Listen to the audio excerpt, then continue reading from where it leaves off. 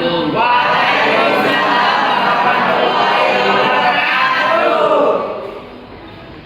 Alhamdulillah pagi hari ini kita bisa jumpa kembali.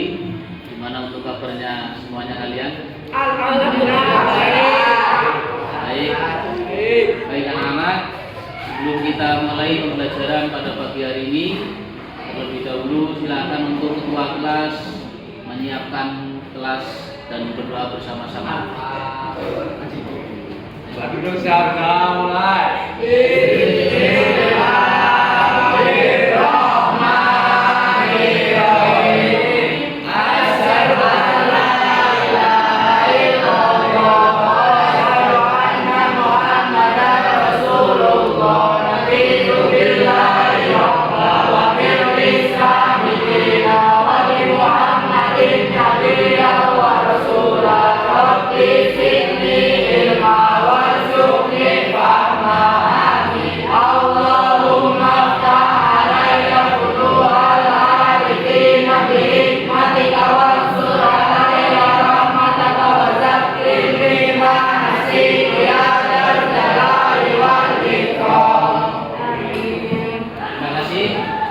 Sebelum kita mulai, terlebih dahulu akan kami absen untuk hari ini.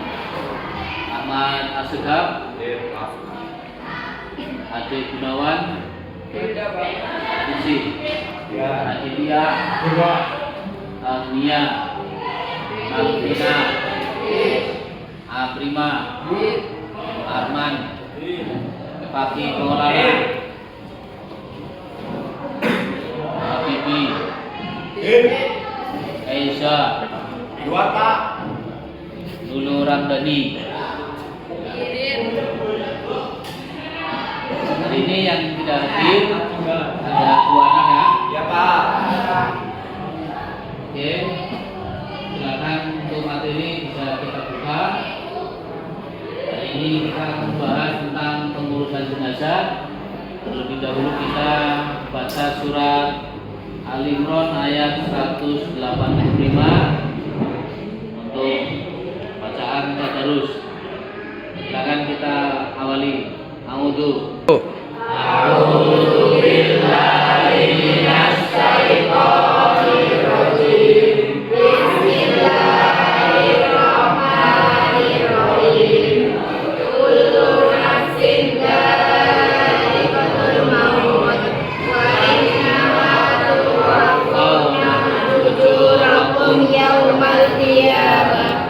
Faman zuhziha 'anil nari wa udkhilal jannata faqad faz. Wa man kana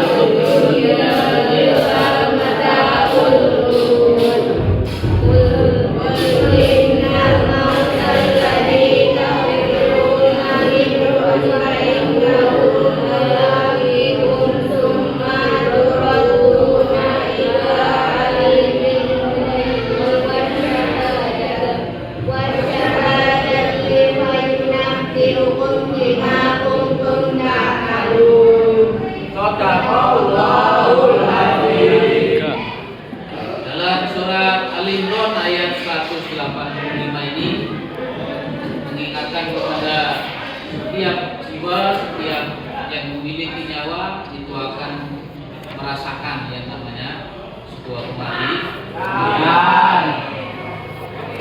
Dan ini akan dialami oleh siapapun, dimanapun dan kapanpun.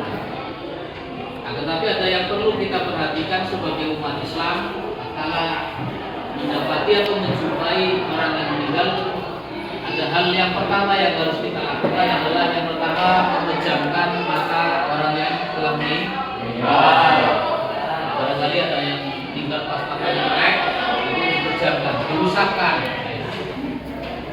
supaya matanya bisa terpejam dan memohonkan ampun kepada Allah. Kemudian yang kedua, jenazah yang ada ditutupi dengan kain yang sekiranya bisa menutupi. Biasanya kalau kita menggunakan pakai kain kaki. Kemudian ditempatkan di tempat yang aman dan dari jangkauan binatang. Biasanya ada di dalam rumah.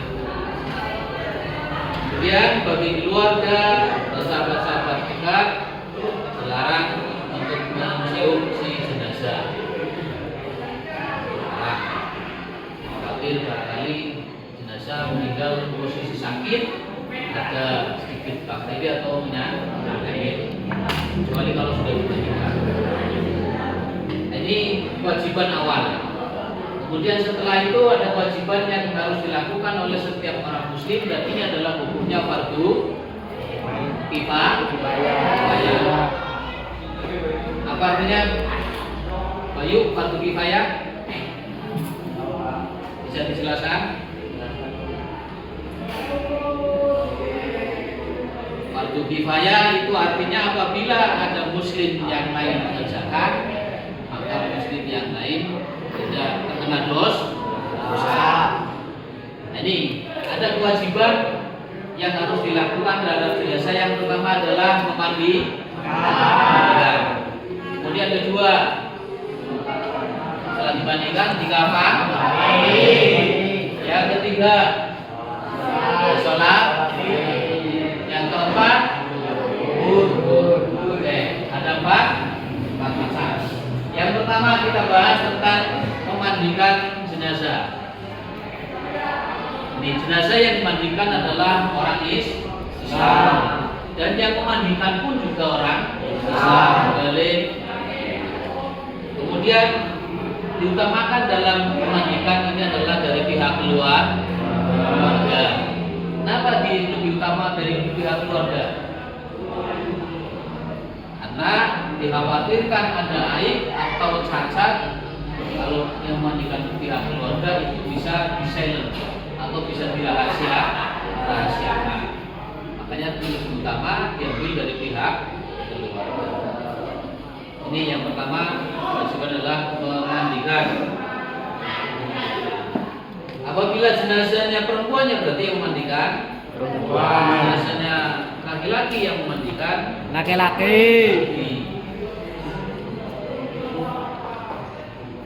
Kemudian proses atau cara dalam memandikan jenazah yang pertama adalah di tempat tertutup supaya tidak terlihat oleh orang banyak. Kamar mandi boleh asal kamarnya luas. Di luar boleh tapi ditutupi pakai kain. Ya sekiranya orang itu nggak bisa melihat. Kemudian jenazah diletakkan di tempat yang tinggi seperti dipan. Kemudian dipakaikan kain basahan seperti sarung agar auratnya tidak terbuka. Tetap jenazah ada kainnya, kain basahan. Nanti kalau sudah mau ganti mau tidur baru dilepas tadi. Kemudian jenazah ditujukan atau disandarkan pada sesuatu. Biasanya tetap dibaringkan ya. Tetap dibaringkan. Kemudian membersihkan semua kotoran dan najis yang ada di dalam perut. Makanya proses dalam memandikan pihak keluarga ada yang menekan perut. Ya, tekan sedikit. Tapi jangan usah kencang. Pelan. Tujuannya apa? Supaya sisa-sisa kotoran yang ada di dalam perut itu keluar. Dan kemudian dicek posisi kotorannya itu benar-benar sudah bersih apa masih ada. Itu nanti dari pihak keluarganya. Lainnya kalau sudah selesai ini dibersihkan, kotorannya sudah habis, baru setelah itu baru si jenazah diwuduin. Karena nggak bisa wudu sendiri, hanya diwuduin. Nah ini kemudian dalam memandikan sunnah membasuh sampai 3 kali. Oke, lanjut kewajiban yang kedua tadi adalah mengkafani jenazah.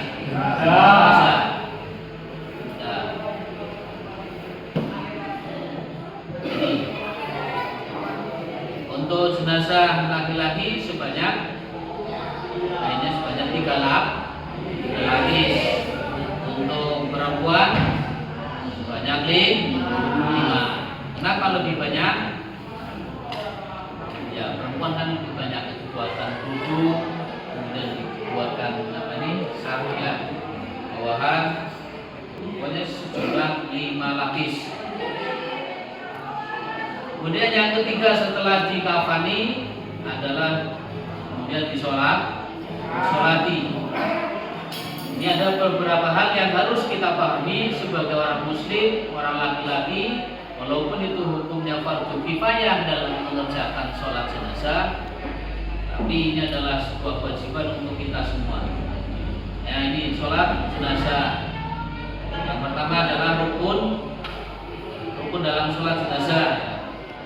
Pertama adalah niat. Kemudian dalam sholat jenazah dilakukan dengan 4 takbir tanpa ruku dan sujud. Nah ini contoh, makanya jenazahnya laki-laki. Kita lihat usolli ala hadzal mayyiti arba'a takbiratin fardul kifayati mahmuman lillahi takbiratul ihram Allahu akbar. Setelah itu membaca bacaan surat Fatihah sampai selesai, kemudian takbir lagi Allahu akbar. Baca sholat dan baca sholawat. Yang pendek juga boleh, yang panjang juga boleh. Kemudian takbir yang ketiga Allahu akbar, membaca doa untuk jenazah. Karena tadi niatnya adalah untuk jenazah laki-laki, maka doa yang kita baca Allahumma fir lahu warhamhu wa'afihi wa'fu anhu. Kemudian takbir lagi yang keempat, yaitu membaca doa Allahu akbar Allahumma la tahrimna ajrahu wa la taftinna ba'dahu waghfir lana wa ini kewajiban yang ketiga. Kemudian kewajiban yang keempat adalah mengubur atau memakamkan jenazah.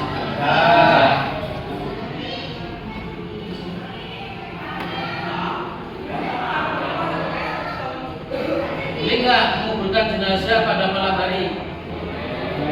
Boleh, kalau memang dalam keadaan darurat atau terpaksa harus segera ya. Boleh. Contoh katanya jenazah habis maaf banyak kecelakaan, kemudian mengandung baunya, mensegerakan itu lebih baik. Kemudian dalam proses pemakaman ini liang kubur itu diluaskan ya secukupnya ya, sekiranya bisa masuk, orang bisa turun ke bawah. Kemudian boleh menguburkan 2-3 jenazah dalam satu liang kubur. Boleh kalau memang itu perlukan. Kemudian dalam meletakkan jenazah ke dalam kubur, nah ini sebagaimana diajarkan Rasul sambil membaca doa Bismillahi wa ala millati Rasulillah. Jadi dari keranda diturunkan ke bawah, itu yang ngangkat maupun yang menerima itu sambil membaca doa Bismillahi wa ala millati Rasulillah. Dan dalam riwayat yang lain juga dijelaskan doanya Bismillahi wa ala millati Rasulillah wa sunnati Rasulillah.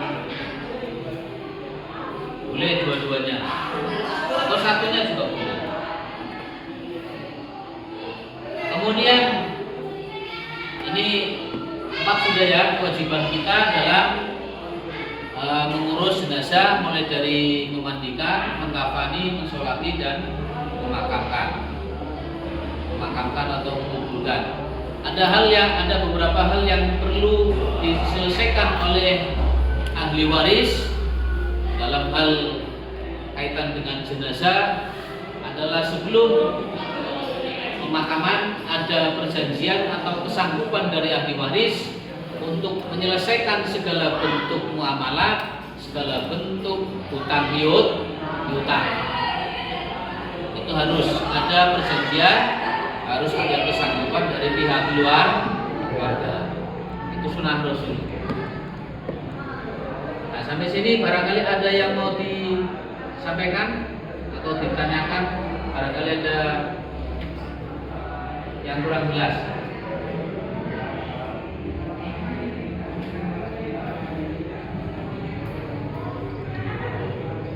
Ahmad? Mana? Jelas? Oke. Mau belum mau? Baik adik-adik sekalian, cukup jelas pada pertemuan kali ini. Nah, kita akhiri. Sebelum kita akhiri, insyaallah pertemuan yang akan datang kita akan membahas tentang takziah dan ziarah kubur. Silakan untuk materi ziarah takziah dan ziarah kubur, bisa kalian membaca di buku pelajaran atau bisa ngambil dari internet atau dari bacaan-bacaan yang lain. Minggu depan kita bahas dan sekaligus diskusi. Untuk pertemuan kali ini, sebelum kami selesai, ini ada beberapa tugas yang harus dikerjakan oleh kalian di rumah, yaitu untuk pertemuan yang akan datang nanti praktek sholat jenazah. Ini PR tugasnya menghafal mulai dari niat, kemudian bacaan-bacaan dalam setiap takbir dalam sholat jenazah, dan minggu depan nanti praktek sholat jenazah. Siap ya? Terima kasih. Kita akhiri dengan pembacaan hamdalah secara bersama-sama. Alhamdulillah.